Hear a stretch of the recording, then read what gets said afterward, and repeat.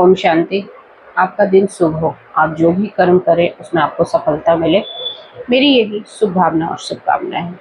आज हम इस वीडियो में चर्चा करेंगे कि आपके जीवन में यही पत्नी बनकर क्यों आई है, जो अभी आपकी जीवन साथी है, और लोग अपने जीवन साथी से क्यों खुश नहीं रह रहे हैं। क्या वजह है कि उनके बीच में लड़ाइयाँ चलती है, क्या परेशानी होती है, इन सब की इस वीडियो में आज चर्चा करेंगे।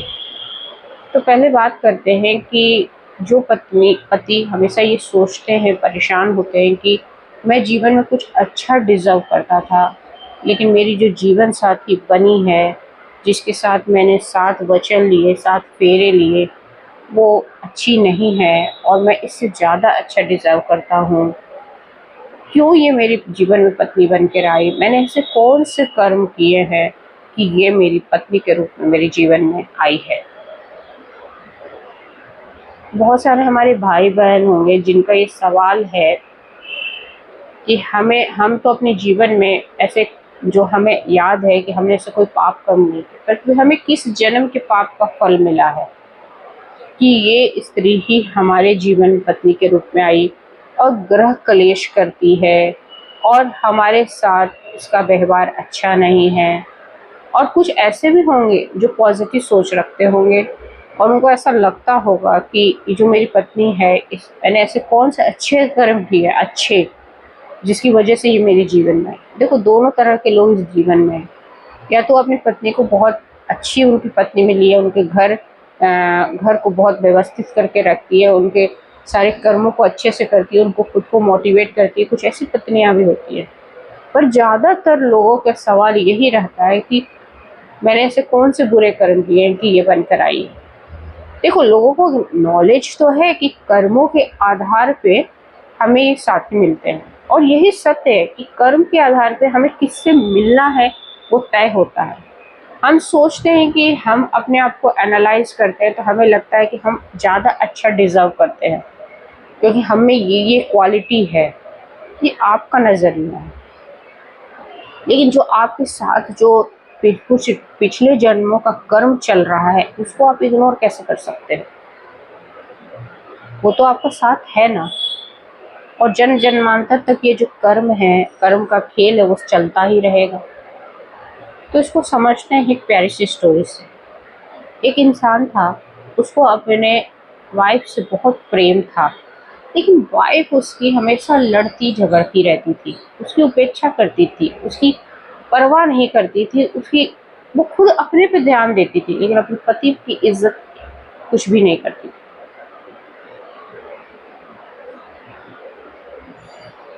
वो बार बार उसका अपमान करती थी। पति सोचता था कि मैंने ऐसे कौन से कर्म किए कि मुझे ऐसी पत्नी मिल गई, मैं इससे इतना प्रेम करता हूँ, लेकिन ये बार बार मेरी उपेक्षा करती है, मुझे मैनिपुलेट करती है, मुझे परेशान करती है, बार बार ग्रह क्लेश करती है, माता पिता के साथ लड़ती रहती है। मैं क्या करूँ? क्यों ऐसा करती है? क्यों ऐसा मुझे परेशान करती है?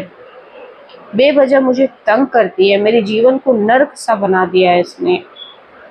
क्यों ऐसा करती है? ये सोचता रहता था। तो ऐसे सोच में डूबा हुआ था, तो एक दिन अपने दोस्त से मन की बात बताता है कि पता है यार, मेरी पत्नी मुझे बहुत प्रताड़ित करती है, मैं समझ नहीं पाता, वो झूठ मूठ का एक लड़ाई का एक चिंगारी रोज करती है और बेवजह मुझसे लड़ती है। मैं उससे इतना प्रेम करता हूँ, मैं उसके लिए कुछ भी कड़वा नहीं सोचता हूँ, लेकिन फिर भी वो मुझे सोचवा देती है, क्योंकि उसके कर्म ऐसे हैं कि मैं चाहकर भी उसके लिए अच्छा नहीं सोच पा रहा हूँ। तो उसका दोस्त कहता है कि यहाँ पे ना एक बड़ा संत आया है और वो भविष्य भी देखता है, तुम्हारा भूतकाल भी देखता है।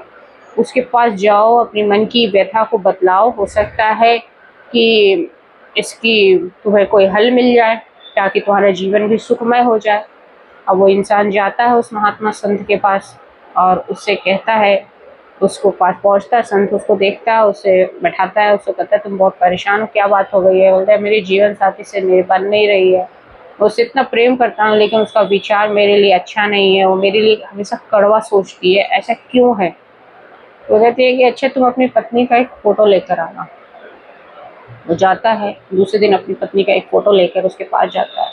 संत उसकी पत्नी का फ़ोटो देखती है और देखता है और कहता है, अरे रे रे रे रे, तुमने तो पिछले जीवन में इसके साथ बहुत बुरा किया था, ये तो फिर भी तुम्हारे साथ अच्छा कर रही है। तो बोलता है कि मतलब, कहती है कि ये तुम्हारा भाई था, जो अभी तुम्हारी पत्नी है, एक्चुअल में ये तुम्हारा भाई था।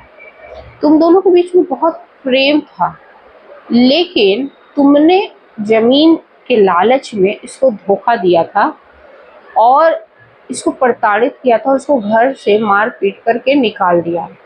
इसने अपनी मेहनत से, जब वो तुम्हारे घर से निकला था, बहुत मेहनत की, धन अर्जित किया, वापस तुम्हारे पास, क्योंकि वो तुमसे प्रेम करता था, आया था, लेकिन तुमने उसको पहचानने से भी इनकार कर दिया था। अब ये वही भाई तुम्हारा पत्नी बन के आया है और अब वो तुमसे बदला ले रहे। तुम्हारे ही कर्मों का ये फल है। वो इंसान सोचता है कि मैंने ऐसा किया, तो मैं सोच कर भी, मतलब मुझे सुनकर भी अजीब लग रहा है। वो कहता है कि देखो, इसका एक उपाय है, जब तुम्हारी पत्नी सोए तो तुम उससे और अपने छोटे भाई जो जो तुम्हारा जो पिछले जन्म का है रिश्ता था, उससे माफ़ी मांगना है और फिर धीरे धीरे ये तुम लगातार करना और धीरे धीरे उसमें ये चेंजेस आ जाएंगे। और एक फूल रोज उसके सिरहाने पे रख देना।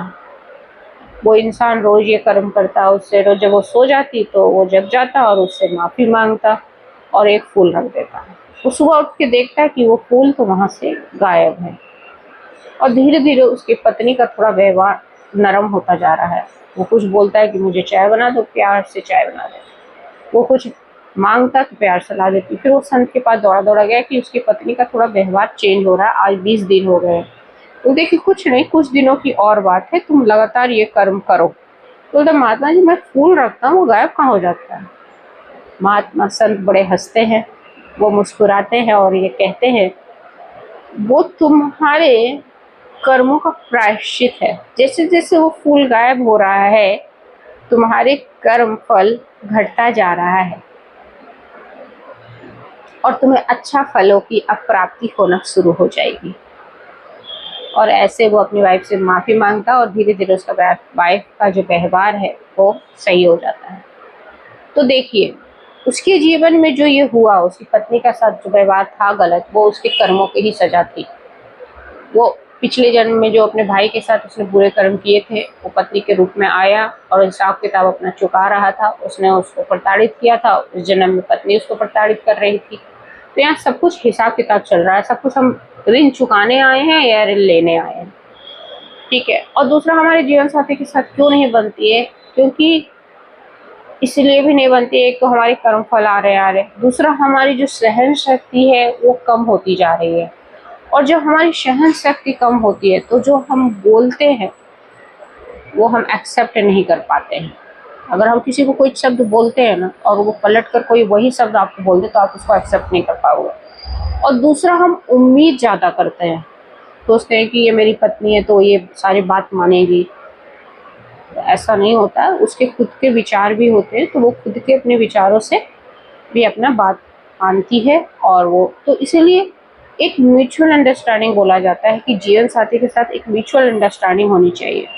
तो वो अंडरस्टैंडिंग बनती कैसे है? देखिए, कोई भी इंसान दो ही तरह, मतलब आपका नेचर, आपकी पत्नी का नेचर अलग होगा। इवन जो पिता पुत्र का एक जैसा नहीं होता, भाई बहन का नहीं हो सकता है, तो पति पत्नी का कैसे होता है? विचार अलग अलग ही होंगे। लेकिन आपको एक दूसरे के विचारों का सम्मान करना होगा, एक दूसरे के सम्मानों का इज्जत करना होगा, तभी आप के जीवन में जो उतार चढ़ाव आता, खटर पटर होता, वो होना बंद हो जाएगा, जहां आप एक दूसरे का सम्मान करना सीख जाओगे। किसी को कोई चीज़ पसंद है तो हम क्या तुरंत ना कर देते हैं, हम उसको एक्सेप्ट बोलना होगा, हाँ ठीक है, अच्छा लग रहा है, और आपका नज़रिया है, आपको अच्छा लग रहा है, अच्छा है, मेरे को ये अच्छा लगता है, ये अच्छा है। तो दोनों को एक दूसरे का सम्मान करना सीखना होगा, वहीं पर अंडरस्टैंडिंग लेवल बनती है।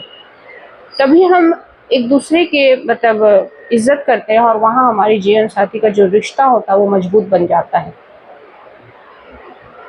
तो आप इस वीडियो में अब आप समझ गए होंगे कि क्यों हो रहा है कटर पटर और क्यों हमें यही पत्नी मिली है या पति मिला है।